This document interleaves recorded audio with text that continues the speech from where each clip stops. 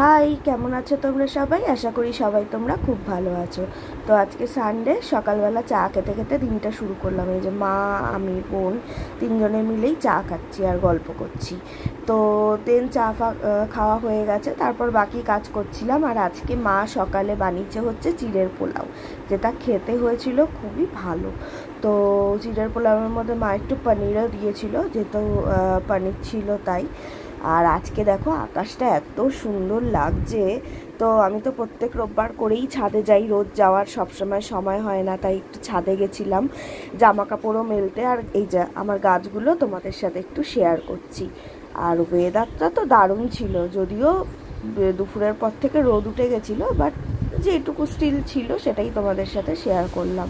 কেমন হাওয়া দিচ্ছে আশা করি তোমরা বুঝতেই পারছো ভিডিও ক্লিপটা দেখে। তো যাই হোক, এরকম রোববার করে গিয়ে এরকম গাছপালাগুলো দেখতে আমার খুব ভালো লাগে। আর আজকে মা দুপুরে রান্না করেছিল ঢেঁড়স আলু ভাজা, চিংড়ি মাছের মালাইকারি, যেটা খেতে দারুণ হয়েছিল। এটা বোন করেছিল। এছাড়া ছিল ডাল, আমের চাটনি, পনিরের তরকারি, আর হচ্ছে ভাত। আর তারপর আমি স্নান টান তো হয়েই গেছিলো, তারপরে করে নিয়েছিলাম হচ্ছে একটুখানি নিজের রূপচর্চা।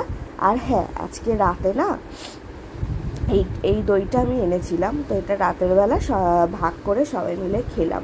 তো এসির ঘরে বসে এরকমভাবে দই খেতে কার না ভালো লাগে বলো? তো যাই হোক, তারপরে এই যে এসি চলছে আর আমি অন্ধকারের মধ্যে বসে বসে আরাম করে দইটা খাচ্ছি। আমার মতন কে কে তোমরা এরকম অন্ধকার ঘরে বেশ সুকুন হয়ে এরকমভাবে খেতে ভালোবাসো? অবশ্যই কমেন্ট করে জানিও। তো that's it for today, by.